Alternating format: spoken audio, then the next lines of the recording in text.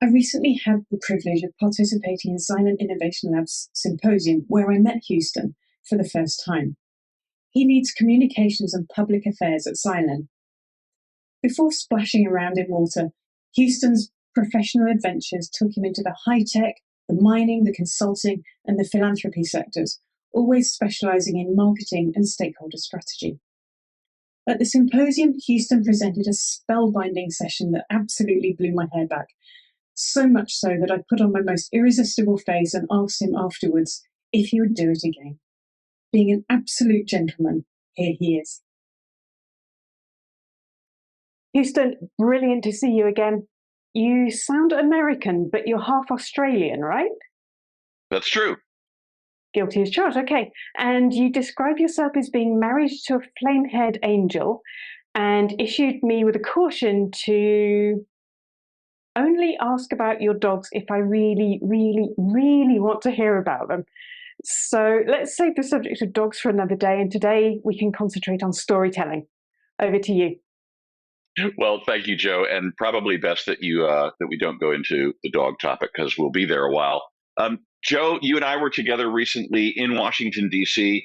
with a bunch of tech entrepreneurs in the water space, and I had been asked to come in and do a little bit of education or maybe a bit of a sheep dip on storytelling, specifically in the water space. And the group gave me 10 questions to answer on the day. I'm going to narrow those down to 5 for the purposes of doing it a bit shorter today. Question 1 that the group gave me was, describe your perfect one-pager marketing leave behind. Well, I think this is a little bit different for tech entrepreneurs than it is for, say, people in utilities. But the perfect one-pager these days, first of all, it's very visual, not too much reading to do. Therefore, you need to fill it up with things that seduce the eyes: charts, graphs, infographics, images of solutions in process in the field, or having an actual impact on communities. It's got to be virtual. We're not actually leaving pages behind anymore, right? So it's got to be something that you can deliver digitally. And then that leads to the third point, which is that it needs to be easy for others to pass on. It needs to be something that can go viral in your network if people like it. Question number 2. What are the highest impact marketing strategies in 2024 for technologies in the water industry? First is segmentation. Make sure you're only talking to the people who are really going to be interested in what you're doing. Don't try and talk to everybody because you're trying to get clicks and likes and things like that. Really focus on who you want to talk to, who you're of value to. Second is reputation. Don't worry so much about making a lot of news or hype.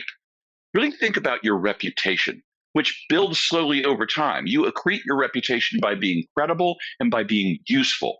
And then thirdly, make sure that everything you're doing in your marketing is about making someone's life easier.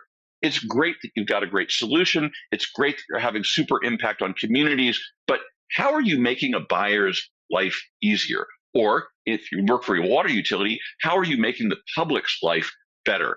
If you can tell your story in a way that augments somebody's existence, making their life easier, giving them things they want, then they're going to pay more attention. Okay, question number 3, tips on inexpensive ways to publicly celebrate your success through PR channels.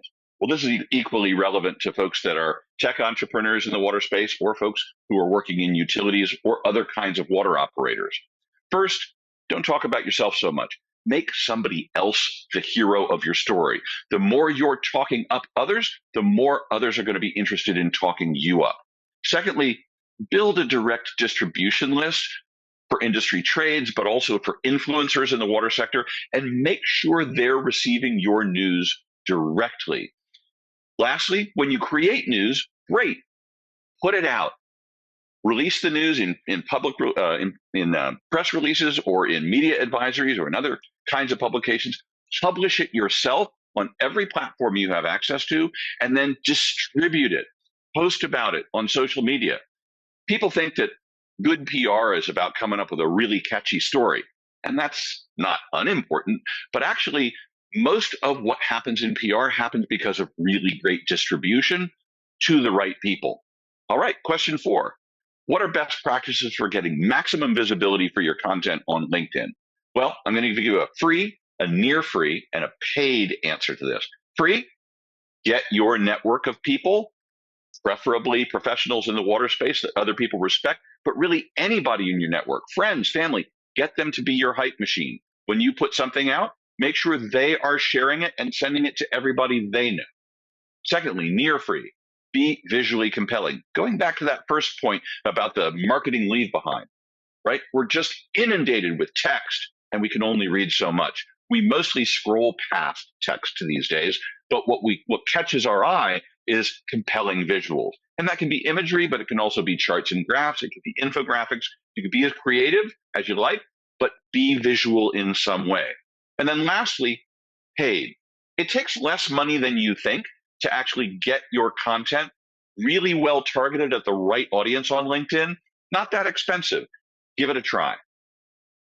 When you do that, though, make sure you're getting the best out of your money, the greatest value for your money, by being visual. Question 5. What do climate-focused companies often get wrong in their storytelling? And the sort of corollary question to that, with so much media focused on doomsday scenarios about water, what's the right balance? Well, what people get wrong is they focus on the problems, like here's what we're going after that's going to get really, really hard for you. It's going to be terrible for the community, or it's going to increase your workload, or it's going to shoot regulatory compliance through the roof. Yep, those are real, but they also are a bummer, right? And then the other thing that we do is not only we focus on the bad stuff, but we focus on the big concept stuff, like things like water scarcity or day zero, or right. You need to be human. Talk at the personal level. How is something affecting human beings, and how is what you have to offer going to make their lives better? Be specific about that. Get into what it's like in my day, your day, the community member's day, and then be an actual solution to that human problem, not the big high concept problem. Be a solution to the human problem. But really, for all of us in the water sector, the biggest challenge is that all of us are talking to ourselves because we already think water is a big deal. The big challenge we have as storytellers in water is getting anybody else to notice. And with that, Joe, back to you. That was absolutely fantastic. I'm going to throw you now with a surprise question that you weren't expecting. Media channels, are there any good ones?